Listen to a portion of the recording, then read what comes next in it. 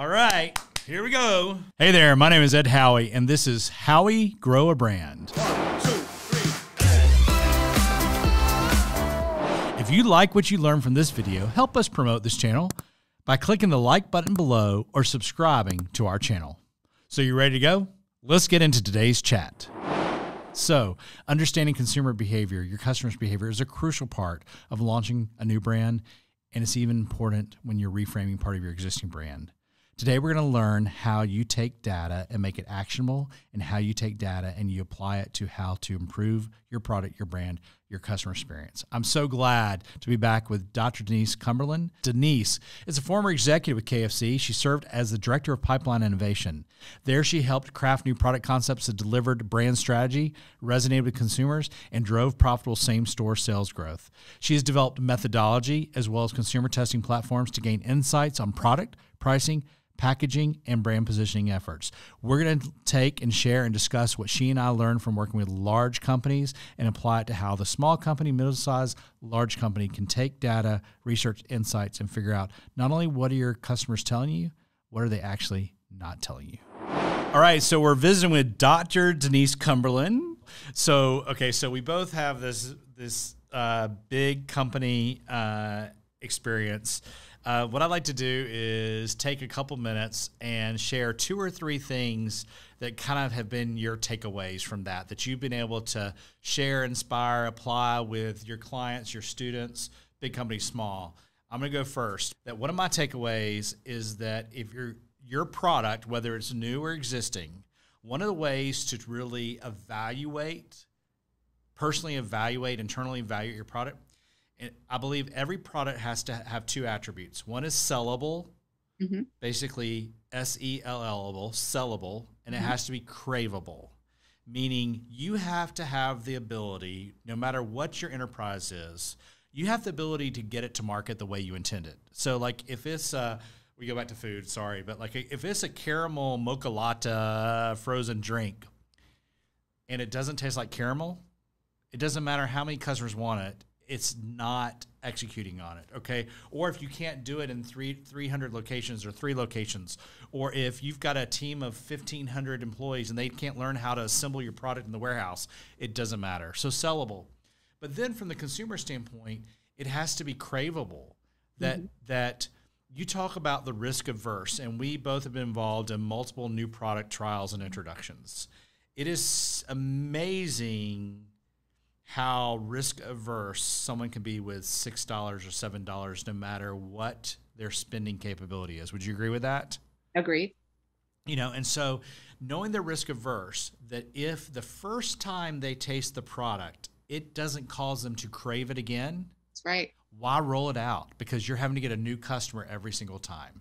So one of my takeaways from the big world of poultry was for a product or brand to be successful, you have to be sellable and craveable.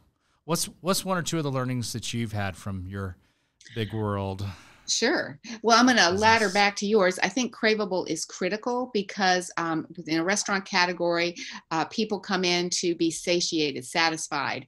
And again, that's critical. So I will definitely go there with you. But wouldn't you say though, let me add to that most brands, even beyond restaurant, the customers want to be satiated.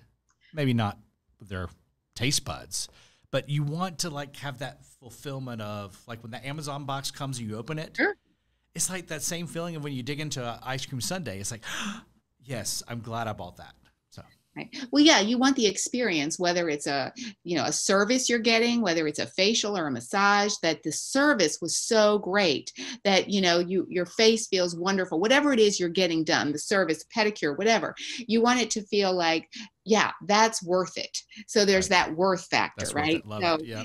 I think value is very important to people, that when they are satisfied, they feel they got their money's worth. So I think one of the things I've learned too over the years is people have to feel they got a good value for whatever it was. And then I will say differentiation is important for brands, but you said it earlier, and maybe sellable is the word I would use, but I'm going to go with execution, because if you can't execute it correctly, like you said, if you don't have enough space for all those SKUs, or you can't train your team members to deliver on it, then it's going to flop. I mean, there is just no way. So I've been there and seen so many products that were great in test market or great when they were in their, their infancy. But once they were rolled out, they bombed because they couldn't be executed to the degree of satisfaction for customers to find it a craveable value experience where they would come back and do it again. Yeah. And that's very frustrating for brands, but that's part of the issue is it's holistic.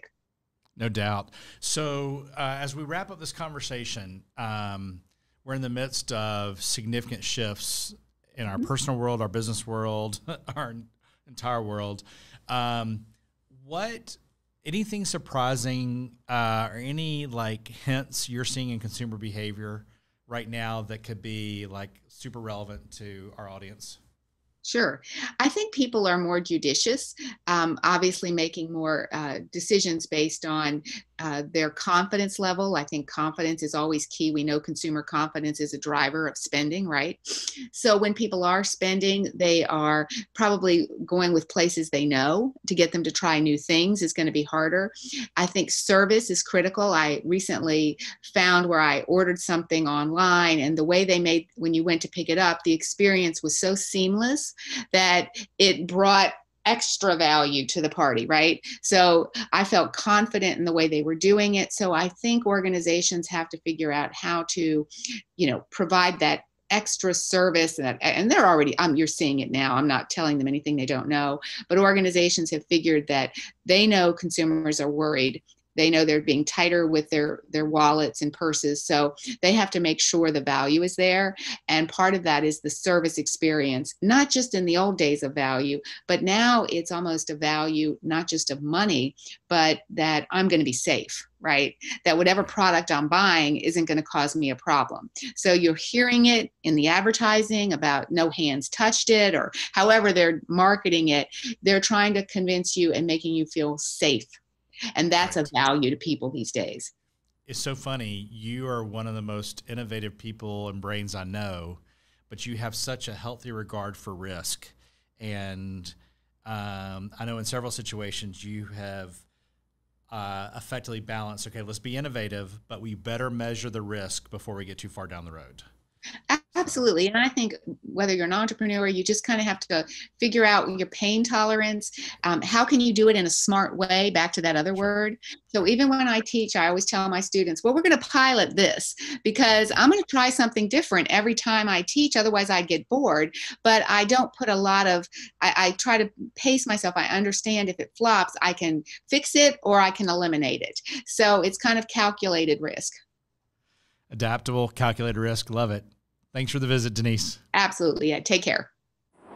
So that's it for today. If any of this works in your business this week, I'd love to hear about it in the comments or just message me. I'm Ed Howie, and you've been listening to Howie Grow a Brand. Hope we've inspired some joy in you, and you'll inspire some joy in others. See you soon.